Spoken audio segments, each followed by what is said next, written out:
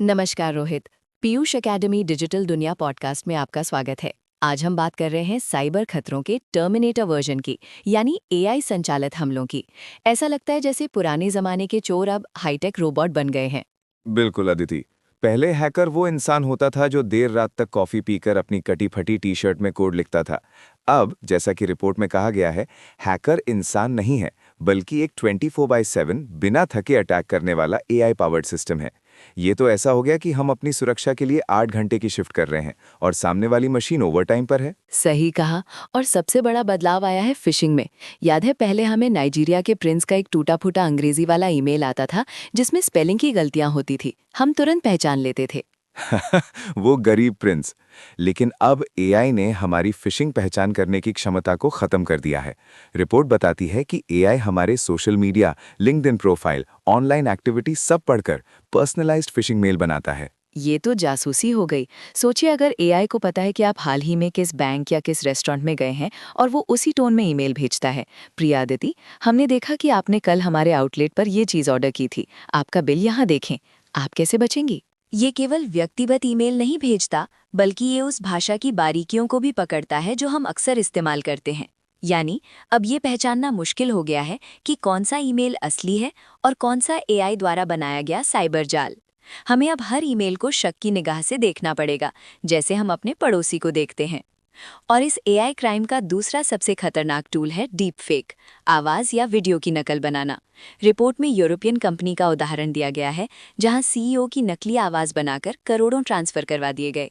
ये तो virtual kidnapping जैसा है। भारत में भी ये माँ मैं मुसीबत में हूँ वाले स्कैम काफ़ी हुए। ये इतना डरावना है क्योंकि ये सीधे हमारी भावनाओं पर वार करता है। अगर एआई कुछ सेकंड में किसी रिश्तेदार की परफेक्ट नकल कर सकता है, तो हमें फ़ोन पर किसी की बात पर यकीन करने से पहले 10 बार सोचना पड़ेगा। मैं तो कहती हूँ, अब फ़ोन पर किसी से पैसे मांगने से पहले एक सीक्रेट कोड वर्ड रखना पड़ेगा, जैसे भाई बताओ आज कौन सी सब्जी बनी है। अगर जवाब गलत आया तो समझो सामने एआई है। बेहतरीन आइडिया। चलिए अब जरा टेक्निकल खतरे की बात करते हैं। Polymorphic malware. एक्सपर्ट ने बताया कि पहले वायरस एक जैसा रहता था, अब एआई मालवेयर खुद को बदलता है, एंटीवायरस से बचता है और सिस्टम के हिसाब से ढल जाता है। ये तो मालवेयर नहीं, बल्कि मालवेयर का जेम्स बॉन्ड वर्जन है, जो हर बार अपनी पहचान बदल लेता है। ये एंटीवायरस के लिए एक ऐसी पहेली बन जाता है जिसे सुलझाना असंभव है। और पासवर्ड क्रैकिंग। रिपोर्ट में कहा गया है कि एआई लाखों पासवर्ड कॉम्बिनेशन और हमारी आदतों के अनुसार सिर्फ कुछ सेकंड में पासवर्ड क्रैक कर सकता है। अगर आपने अपना पासवर्ड name@123 रखा है, तो समझ लीजिए एआई ने आपके पास हंसते हुए चाय पी ली है। name@123 तो डिजिटल दुनिया का सबसे खतरनाक साधारण दुश्मन है। एआई इतना स्मार्ट है कि वो जानता है कि लोग अपनी बर्थडे डेट, बच्चे का नाम या पालतू जानवर का नाम ही रखेंगे। ये आपकी डिजिटल कुंडली जानता है। इसलिए हमें अब जीरो ट्रस्ट नीति अपनानी पड़ेगी। जैसा कि एक्सपर्ट ने कहा, नेवर ट्रस्ट ऑलवेज वेरीफाई। चाहे वो कर्मचारी हो, डिवाइस हो या कोई एक्सेस, हर बार वेरिफिकेशन जरूरी। ये तो ऐसा हो गया कि मुझे अपने घर में घुसने के लिए भी हर बार अपनी पत्नी से परमिशन लेनी पड़ेगी। और अच्छी खबर ये है कि इस एआई जनित खतरे से निपटने के लिए हमारे पास भी एआई जनित सुरक्षा है। ये एआई वर्सेस एआई की जंग है।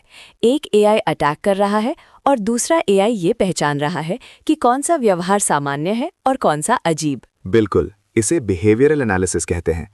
अगर आप रोज सुबह 9 बजे लॉगिन करते हैं और अचानक कोई रात 3 बजे लॉगिन करे, तो सिक्योरिटी एआई तुरंत अलर्ट कर देता है।